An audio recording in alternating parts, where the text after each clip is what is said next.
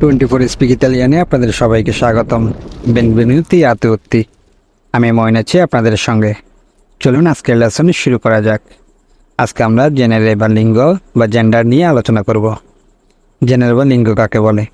জেনারে বা লিঙ্গ বলতে ইতালিয়ান ভাষায় কোনো ব্যক্তি বস্তু বা কোনো কিছুর নামের রূপকে অথবা যা দ্বারা নারী পুরুষ আলাদা করা যায় তাকে জেনারে বা লিঙ্গ বলে। আমি আবারও বলতেছি যে নমে বা নাউন দ্বারা নারী পুরুষ আলাদা করা যায় তাকে জেনারে বা লিঙ্গ বলে। ইতালিয়ান ভাষায় জেনারে বা লিঙ্গ দুই প্রকার, মাস্কিলে পুলিঙ্গ, ফিমেনিলে স্ত্রীলিঙ্গ। যে সকল নমে বা নাউন দ্বারা পুরুষবাচক শব্দ বোঝায় তাকে মাস্কিলে বা পুলিঙ্গ বলে, যেমন রাগাজ্জো ছেলে, গাত্তে বিড়াল, পাদ্রে বাবা। যে সকল নমে বা নাউন দ্বারা স্ত্রীবাচক শব্দ বোঝায় তাকে ফেমিনিলে বা স্ত্রীবাচক শব্দ বলে, যেমন রাগাজ্জা মেয়ে, গাত্তা বিড়ালি, মাদ্রে মা। ব্যক্তির ক্ষেত্রে পুরুষবাচক নাকি স্ত্রীবাচক তা সহজে বোঝা যায়, কিন্তু মজার ব্যাপার ইতালিয়ান ভাষায় যা কিছু আছে অর্থাৎ জড়বস্তু, চেয়ার, টেবিল সব কিছুই জেনারে বা লিঙ্গ দ্বারা প্রকাশ করা হয়, যেমন তাবলো টেবিল, রেগাল্লো শাসক, অমব্রেলো ছাতা, পোর্টফোলিও মানিব্যাগ, ফুকো আগুন। এই সবগুলোই হচ্ছে মাস্কিলে বা পুরুষবাচক শব্দ।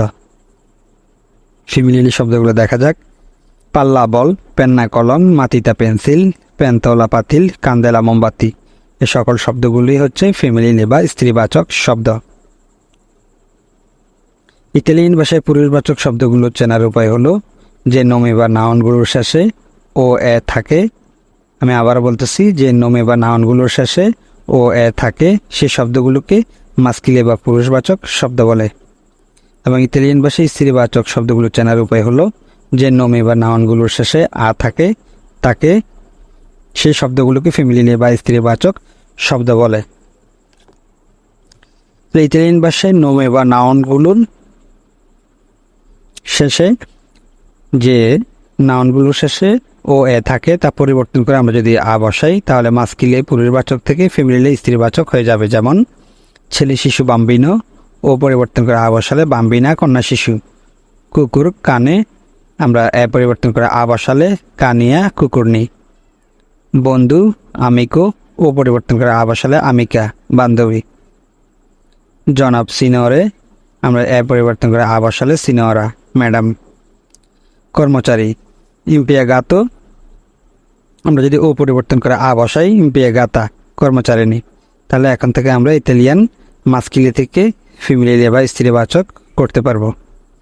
কিন্তু খুব অল্প সংখ্যক ব্যতিক্রমী শব্দ আছে যা পুরুষবাচক থেকে স্ত্রীবাচক করতে ও এ পরিবর্তে আ না হয়ে এসা, ইনসা, ত্রিসে হয়। চলুন আমরা এসার যে উদাহরণ এগুলো দেখি। যেমন প্রফেসর, প্রফেসরেসা, পয়েতা, পয়েতেসা, প্রিন্সিপে, প্রিন্সিপেসা, লেওনে, লেওনেসা, স্টুডেন্টে, স্টুডেন্টেসা, কন্তে, কন্তেসা, বারোনে, বারোনেসা, দত্তরে, দত্তরেসা। ব্যতিক্রমী আরও একটি রুলস হলো যা পুরুষবাচক থেকে স্ত্রীবাচক করতে ও এর পরিবর্তে আ না হয়ে ইনা হয়। যেমন এরেও নায়ক, এরোইনা নায়িকা, গাল্লো মোরগ, গাল্লিনা মুরগি, রে রাজা, রেজিনা রানী, যার সম্রাট, জারিনা সম্রাটের স্ত্রী। আর একটি ব্যতিক্রমী রুলস হলো যা পুরুষবাচক থেকে স্ত্রীবাচক করতে ও এর পরিবর্তে আ না হয়ে ত্রিসে হয়। যেমন আত্মরে অভিনেতা, আত্রিসে অভিনেত্রী। পিত্তরে চিত্রশিল্পী, পিতৃসে মহিলা চিত্রশিল্পী। ইনপ্রেন্দিতরে ব্যবসায়ী, ইনপ্রেন্দিত্রিসে মহিলা ব্যবসায়ী। ট্রাদুত্তরে অনুবাদক, ট্রাদুত্রিসে মহিলা অনুবাদক। লেত্তেরে পাঠক, লেত্রিসে পাঠিকা। স্ক্রিপ্তরে লেখক, স্ক্রিপ্ট্রিসে লেখিকা। এমন কিছু শব্দ আছে যা কোনো রুলস মেনে চলে না। এই শব্দগুলো মাস্কিলেগুলো হলো প্রবলেমা সমস্যা, পয়েতা কবি, তেমা বৃত্তি। এগুলো হচ্ছে মাস্কিলে শব্দ যা কোনো রুলস মেনে চলে না। ফেমিনিলি শব্দগুলো হলো মানো হাত, এক প্রতিধ্বনি, মাদ্রে মা, নাজিয়নে জাতি, কিয়েবে চাবি, রিজয়নে অঞ্চল। এই শব্দগুলো হচ্ছে ফিমেনিলি শব্দ। ফেমিনিলে বা স্ত্রীবাচক শব্দ, যা কোনো রুলস মেনে চলে না। এগুলো আমরা মুখস্থ করে নিব। নাউনগুলো মাস্কিলে এবং ফেমিনিলে একই হয়। যেমন জার্নালিস্তা সাংবাদিক, মহিলা পুরুষ উভয়কে বোঝাচ্ছে। টুরিস্টা পর্যটক, মহিলা পুরুষ উভয়কে বোঝাচ্ছে। ইনসিনিয়ান্তে শিক্ষক, মহিলা পুরুষ উভয়কে বোঝাচ্ছে। জুদিচে বিচারক, মহিলা পুরুষ উভয়কেই বোঝাচ্ছে। এই ক্ষেত্রে মহিলা এবং পুরুষ বোঝানোর জন্য আর্টিকেলের ব্যবহার করা হয়। যেহেতু ইতালিয়ান একটি বিদেশি ভাষা, সে ভাষা শিখতে গেলে আমাদের কয়েকটি বিষয়ে বিশেষ ধারণা থাকতে হবে। যেমন আর্টিকেল, সাবজেক্ট সিঙ্গুলার এবং প্লুরাল, জেন্ডার মাস্কিলে এবং ফিমেনিলে, এবং প্রিপোজিশনের ব্যবহার সম্পর্কে আমাদের ধারণা থাকতে হবে। কিছু মাস্কিলে নাউনকে সম্পূর্ণ ভিন্ন শব্দ ব্যবহার করে ফিমেনিলে করতে হয়। যেমন স্বামী মারিত, মলিয়ে স্ত্রী, পুরুষ ওমো, দন্না নারী, বাই ফ্রাতেল্লো, সোরেল্লা বোন, বাবা পাদ্রে, মাদ্রে মা, পুরুষ কুকুর কানে, কানিয়া নারী কুকুর, ষাঁড় তর, বাক্কা গাবি। যে শব্দগুলো কনসোনেন্ট দিয়ে শেষ হয় সে শব্দগুলো মাস্কিলে বা পুরুষবাচক হয়ে থাকে। যেমন বার, স্পর্ট, কম্পিউটার, রাদার। আমরা আগেই বলেছিলাম ইতালিয়ান ভাষায় সকল কিছুই জেনেরে বা লিঙ্গ দ্বারা প্রকাশ করা হয়।